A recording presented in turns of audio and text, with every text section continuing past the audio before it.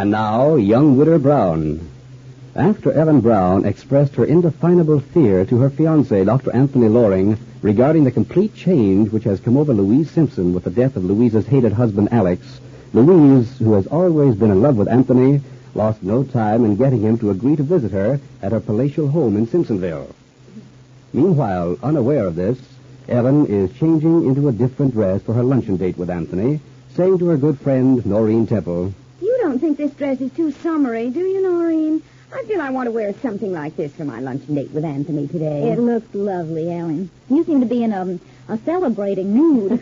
Perhaps I am, after wearing that dark dress for Alex Simpson's funeral this morning. Don't misunderstand me when I say that. I understand perfectly. After all, Louise Simpson is off my hands. She is quite in control of herself, more so than I dreamed she could be.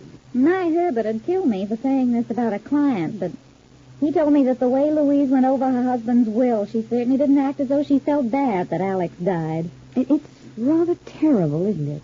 To have lived with someone like Alex and to be almost glad that he did die. I bet Madeline's furious.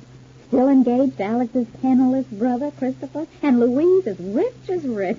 Well, I don't see that Madeline and Louise will be part of my life anymore, and I'm delighted about that.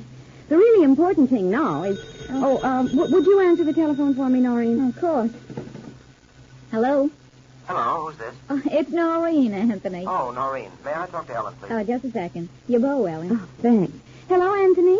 No, go for lunch, darling. Or the ride in the country afterwards. Oh, dear. Well, that's too bad. Emergency at the hospital? No, I have to see Louise Simpson to discuss matters pertaining to the hospital. Really? What kind of matters? I have no idea. She telephoned me and seemed to think it was urgent. Is she going to pester you, do you think? Probably. Alex's will read that she had control of all the monies that the hospital got in the will, so... Oh, darling, I'm so sorry. Why lunchtime, though? I'm to go to her home for lunch. Oh. Well, have a nice time. Oh, I'm sure I will. I'll see you, darling. Bye. Bye. Well, What was that, Ellen? it seems I shan't be lunching with Anthony after all. Mrs. Simpson has summoned him to discuss matters pertaining to the hospital. Well, hoity-toity. I can't believe it. I can. It's all part and parcel of what I told you about Louise, that complete personality change of hers. It almost came over her the moment she took in the shock of Alex's death. Ellen, you know, you might still have a problem on your hands. Well, I don't think I'll let it become a problem, Noreen. If you mean that Louise may feel free to try to take Anthony away from me. If you tell me you won't do anything, I swear I'll smack you. Tell me what I could do, Noreen. I can't prevent her trying. And if Anthony wants to fall in love with a wealthy widow, I can't prevent that either, now can I? No. So, there we are. Well, certainly not going to waste this dress on a sandwich in the kitchen, so I may as well change back. Oh, for pity's sake, don't change. Let's go somewhere ourselves. Let's go driving out to the tavern for lunch anyway. All right, Noreen. If I don't go, I'll worry about Louise, no matter what I say. Noreen, is she going to make Anthony dance to her tune because she has all that money now? Is she going to make an issue out of her influence at Health Center Hospital? Now, a little later, Dr. Anthony Loring gets out of his car at Louise Simpson's home and greets Louise as she comes to the head of the terrace steps. Hello, Louise. Hello, Anthony. You probably hate me for wrecking your day like this. Oh, not at all, but I think it's a little early for you to concern yourself about the hospital in view of the strain you've been under. The strain is all gone, Anthony. All gone. I thought it would be rather fun to lunch on the terrace. I've had Connie put it out here for us. We can talk and relax. Fine. I didn't mix a drink. I didn't want Connie gossiping all over town that I was drinking on the day of Alex's funeral. Well, your housekeeper doesn't talk much, Louise. How is Connie? Has she got over the shock of finding Alex's body? Oh, yes. As a matter of fact, everybody's settling down very nicely. How is Christopher? He'll be going back to Chicago soon, I think. I had a little chat with Madeline about it, suggesting that they get married and settle down there. There's no reason for Christopher to stay here in Simpsonville. And you? Oh, I'll definitely stay here. Will you bring your father here from Shadow Lawn Sanitarium? You can, you know. No, Anthony, I'll live here alone. Father is all right at Shadow Lawn Sanitarium. I have enough money to keep him there, heaven knows, and he'd be a dreadful burden to me here. Well... I intend to have a good time now, Anthony. But, of course, I shan't have a good time if I'm lonely, shall I? I don't imagine you'll be lonely, Louise. No, I won't be. You know, being a wealthy widow is rather pleasant. I shouldn't like to be Ellen Brown and have to run a tea shop and support children. But there's something rather good about all this. Do I shock you? Yes, you do. Isn't it a shame that honesty seems to shock people? I even shocked Madeline Harper just now by telling her she could get out and work if she married Christopher, that he'd get no more money than he was getting from Alex. I was only being honest. She behaved as though I'd been perfectly dreadful. Louise, when you asked me to come here to lunch, it was to discuss the hospital, remember? Anthony, am I boring you? No. I think it's because I feel I need a friend to talk to, someone to confide in. Well, my advice to you is to use Alex's brother as a confidant. After all, the money... The money is mine. Christopher gets no more than he ever had. He's crippled now, Louise. He may need more. Let his wife provide it. He's not married to Madeline Harper yet. No.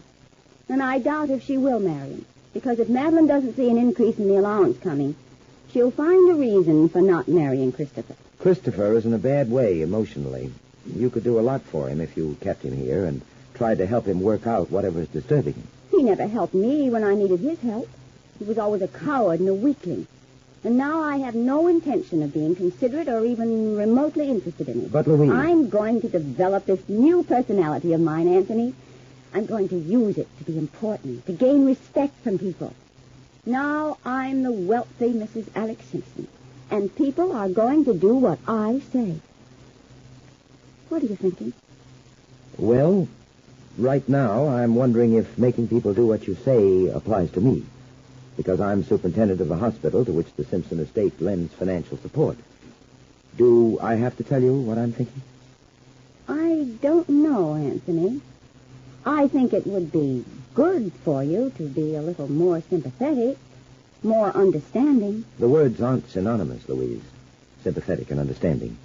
I understand what you're doing, but I don't sympathize with it. Well, we'll see how things go. Anyway, for a while, I intend to have fun. Everybody had a lot of contempt for me before. They thought Alex had made a foolish bargain when he married me. Well, maybe he did, but I didn't. And I'm going to enjoy all the money he left me. Fine, Louise, fine. But I could bring this to your attention, that you'll have to find someone else to talk your plans through with, because I'm rather busy. In other words, Anthony, you don't want to be bothered with me. Louise. I have a lot more power now, Anthony. I'm not going to crawl to you, beg for your attention. But I'm going to get it. Naturally, as long as I'm superintendent of Health Center Hospital and you administer the Simpson funds, we'll see each other. Yes. I could quit if I didn't like the situation. I wonder. Don't wonder anymore, Louise.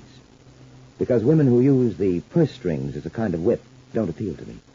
I'm really very old-fashioned. I like simple, uncomplicated people. Like Ellen. Like Ellen. We'll see. We'll see a lot of things, Anthony, as time goes by. Why, weren't you at Alex's funeral today? I missed you. I was busy at the hospital. I didn't think my presence was necessary. I felt very much alone. Widows usually do. But I looked for you. That was what made me lonely. Oh, Anthony. Anthony, I feel wonderful. There's a whole world ahead of me. Is it wicked to feel that way? I'm no judge of that, Louise. Oh, and it's going to be a good world. Poor Anthony. After you get over being shocked at the change in me, I think you'll like it. Really, I do. No more tears, I promise. No more tears. How will the news of Louisa's threat to ensnare Anthony be received by young Widder Brown?